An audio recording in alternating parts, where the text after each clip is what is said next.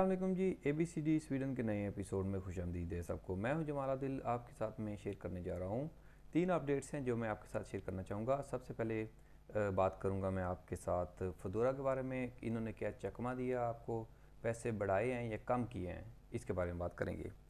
तो इसके अलावा बात करूंगा मैं आपसे जो कि नई अपडेट आई है कि पुलिस और स्काते बरकत के जो अफसरान हैं वो साथ मिल के आएंगे, घर घर चेकअप करेंगे कि बंदे जो रेजिडेंट्स है वो रह रहे हैं या उससे अलावा या ज़्यादा या कम रह रहे हैं। इस चीज़ के बारे में तबसरा करेंगे। और इसके अलावा मैं आपसे बात करना चाहूँगा आसर पाकिस्तान में जिनको प्रॉब्लम है कि एम्बेसीज वगैरह बंद हैं और उनकी परेशानी का कोई हल नहीं निकल रहा, तो उसमें क्या अपडेट आई है नहीं जी, वो मैं आपके साथ शेयर करूँगा। तो शुरू करते हैं सबसे पहले फदूरा की तरफ से। फदूरा बेसिकली पहले दे रहा था 40 करोड़ पर डिलीवरी के, लेकिन उसमें तकरीबन 2 करोड़ से कुछ कम आपको पिकअप के थे और 4 करोड़ से कुछ कम आपको ड्रॉप ऑफ के थे। तो उस निज़ाम को इन्होंने चेंज किया है। कहने को तो इन्होंने कहा है कि तकरीबन 3% से प्लस आपको इसका फ़ायदा होगा, लेकिन ये फ़ायदा आपको नहीं होगा। हकीकत में ये एक चकमा दिया गया आपको, हकीकत में इसका सारा फ़ायदा फदोरा को ही होगा, क्योंकि इसको डिवाइड कर जो पिकअप थी आपकी, एक पिकअप के लिए आपको 40 करोड़ जो मिलते थे, इसको डिवाइड कर दिया गया है पिकअप और ड्रॉप ऑफ में। पिकअप के अभी 12.5 करोड़ और ड्रॉप ऑफ के हो गए हैं 30 करोड़। तो इसमें अभी ये चकमा कहाँ पे दिया इन्होंने, पिकअप को अलग करने से। जब आप कहीं भी जाते हैं पिकअप करने, तो आप अगर 2 ऑर्डर उठा लेते हैं तो आपको एक ऑर्डर के पिकअप के पैसे मिलेंगे 12.5 करोड़, दूसरे ऑर्डर के पिकअप के 12.5 करोड़ नहीं मिलेंगे। यानी कि एक ऑर्डर आपका हो गया 42.5 का, दूसरा ऑर्डर आपका 30 करोड़ का होगा। यानी कि जो ऑर्डर पहले 2 आपको आ रहे थे 80 करोड़ के, वो अभी 72.5 करोड़ के हो गए हैं। तो आपको पता है कि फदोरा 4 ऑर्डर, 5 ऑर्डर होता है, 6 ऑर्डर भी इकट्ठे उठवा लेता है आपसे। तो 4 ऑर्डर अगर आप इकट्ठे उठाते थे पहले, तो आपके पास थे मिनिमम जो डिस्टेंस को छोड़ के 160 आप अर्न करते थे। तो अभी आपकी वो रकम कम हो के रह गई है 132.5, अगर आप 4 ऑर्डर इकट्ठे कर उठाते हैं। इसी तरह जब जब जैसे जैसे आगे बढ़ते जाएंगे, आपके 12 करोड़ 60 जो है ना, जो पिकअप के, वो सिर्फ एक ही, अगर एक जगह से उठाते हैं एक ही पिकअप आपकी मानी जाएगी। तो इसलिए ये इन्होंने चकमा दिया है और पिकअप और ड्रॉप ऑफ का रेट 2.6 कर दिया है, ये बराबर कर दिया है। इसमें कोई ज़्यादा डिफरेंस नहीं हुआ, कोई ज़्यादा फ़र्क नहीं पड़ेगा। ज़्यादा एक्चुअली जो फ़र्क था इन्होंने ऊपर ही डाल दिया है, और ऊपर से ही बंदों को जो जेब के ऊपर डाका मारना था ऊपर से मार लिया है। अगर कोई किसी को समझ आए तो कमेंट बॉक्स में ज़रूर बताएं।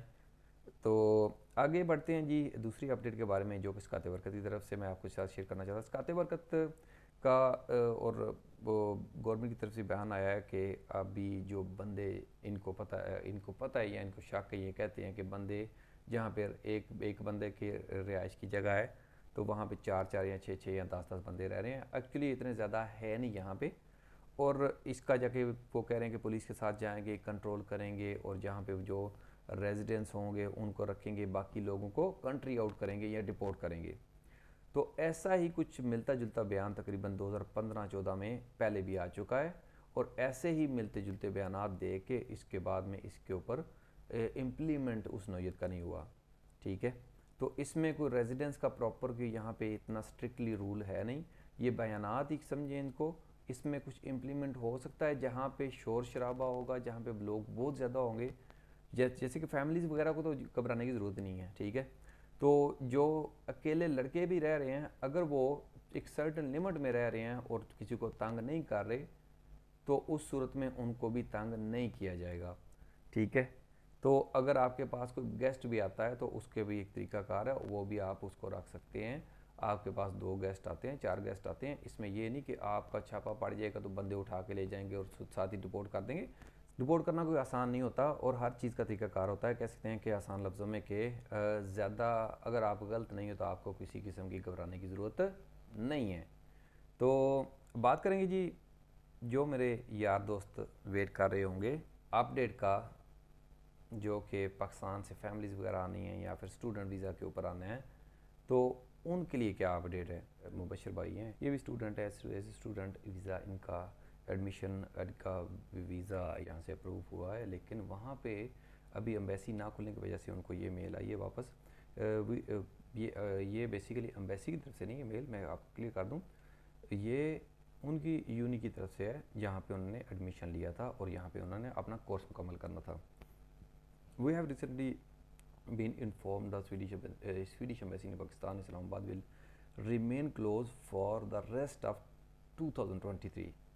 ये जी बहुत ही ज़्यादा तकलीफ दह खबर है कि 2023 के लिए, क्योंकि ये प्रॉब्लम पेश आएगी सभी फैमिलीज़ को, सभी बेसिकली ये माइग्रेशन से इन्होंने कांटेक्ट किया, माइग्रेशन ने इनको इन्फॉर्म किया है, ठीक है।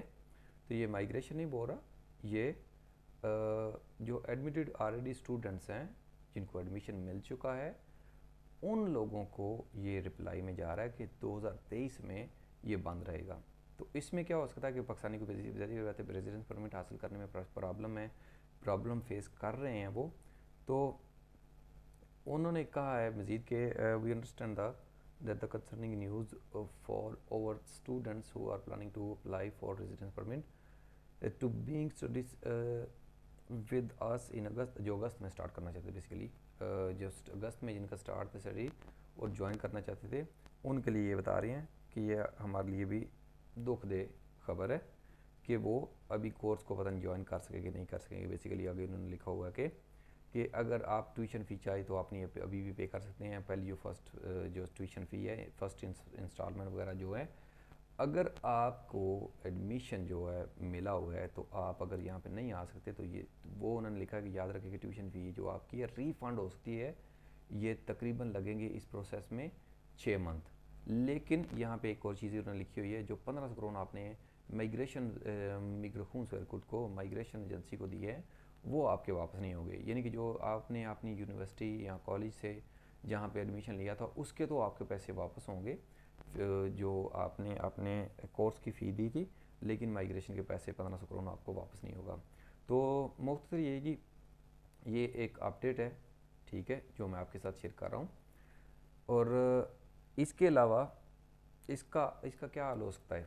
बेसिकली इसका हाल तो अभी इंतज़ार ही है, इससे पहले भी कोई न्यूज़ आ सकती है। ये तो कोई आखिरी अल्फाज नहीं है, ये मिग्रेशन सर्कुट ने कोई स्वीडिश गवर्नमेंट ने कोई आखिरी फैसला नहीं किया, इसके अलावा भी रद्दबदल हो सकता है। लेकिन जो अब तक की अपडेट है मैं आपके साथ शेयर कर रहा हूँ। और इसके अलावा मैं आपके साथ 2 ईमेल्स शेयर करूँगा।